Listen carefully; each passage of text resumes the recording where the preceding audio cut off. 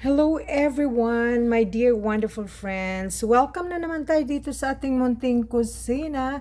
Welcome here at La Arnie's Kitchen and Food Creations. So I'm going to cook lunch and this will be a sort of food for my husband's supper at work today. Okay, I have here 4 whole eggs and I'm going to add some salt. It's almost empty. So adding salt and pepper, it depends upon your taste buds.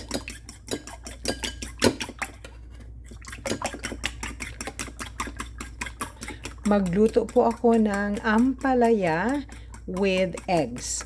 So bitter gourd melon. So this is 1 kilo of washed and sliced gourd melon with okay, so this is, I slice it, so I did not really bother squeezing it with salt and wash. So I just slice it like this, wash it thoroughly, took out the seeds or the pits, and then slice it. So just remain as it is. Here in my cooking pot, I preheated it, and so I'm going to add extra virgin olive oil, approximately, let's say, 5 tablespoons.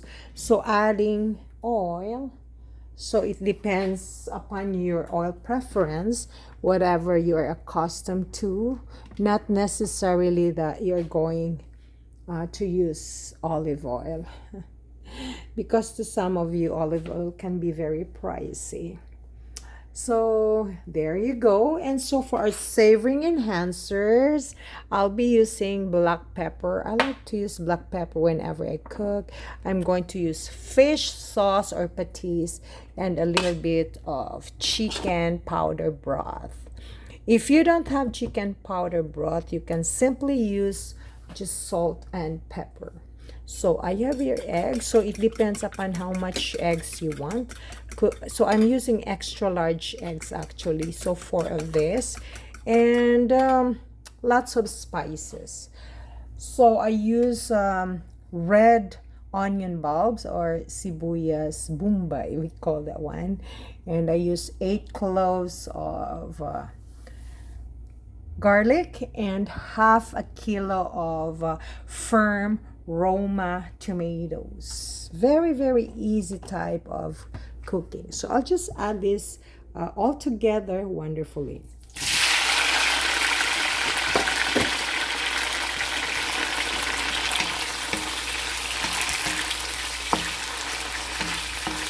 So I would like to saute this maybe 3 minutes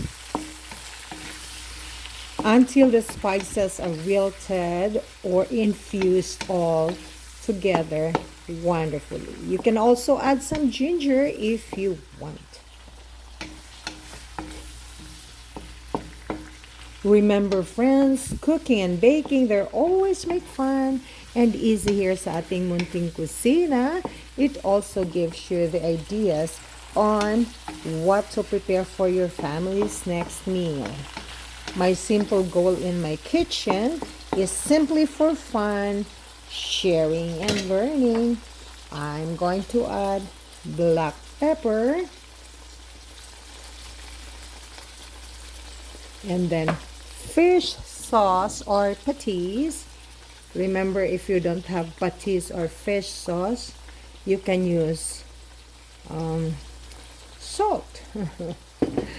Okay, I don't recommend toyo.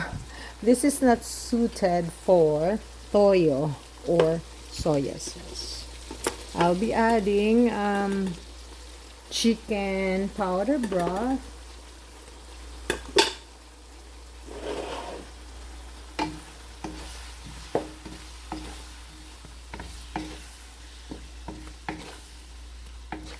okay, there you go.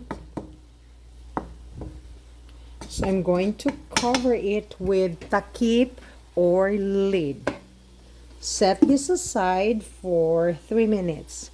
Now, talking about time frame, let's say when I mentioned 2 minutes, 3 minutes, 5 minutes, it depends upon the flame that you are using. If you use high flame, then um, it cooks fast and it lessens the time. But I'm just using medium flame. Okay, come, let's check for the final touches of our ulam. So once this is wilted and infused all together wonderfully, I'm going to add my 1 kilo of sliced bitter gourd melon or ampalaya.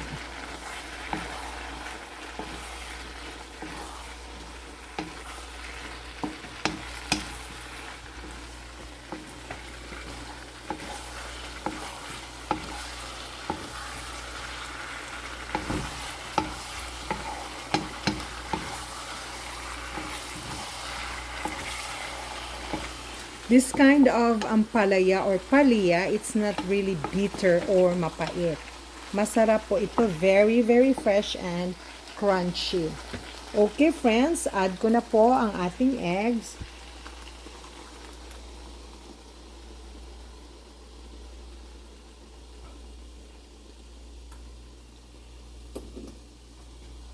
So cover ko lang ng good for 1 minute hanggang ma-absorb or medyo maluto ang eggs. So dear wonderful friends, from using this wooden ladle or luwag, I'm going to switch into this type of luwag or sandok or ladle. So we're going to mix.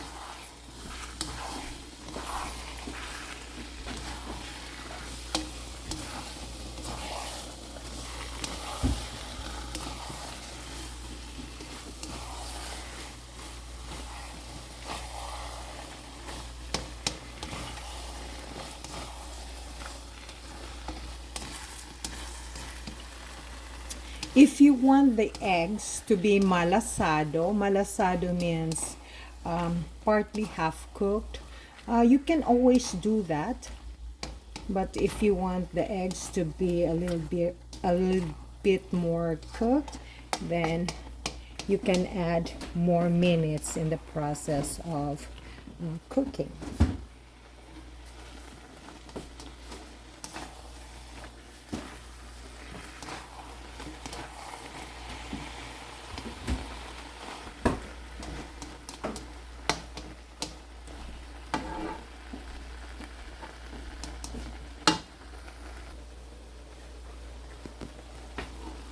Okay friends, this is quite done and I don't want my bitter gourd melon or my ampalaya to be very mushy. I want it a little bit crunchy. Thank you once again, my dear wonderful friends, for always watching La Arnie's Kitchen and Food Creations. Okay, there you go. So this is the output of our finished product, ampalaya with eggs. Maraming salamat po. Ito po ang inyong lingkod, kusinera nyo na sila Arnie ay buong pusong nagpapasalamat sa inyong lahat. Till the next time friends, nasamahan nyo na naman ako dito sa aking munting kusina. Okay, thank you. Great Friday, great weekend everyone. And once again, maraming salamat. Daghan kayong salamat friends. I'll have to turn off my flame. Voila.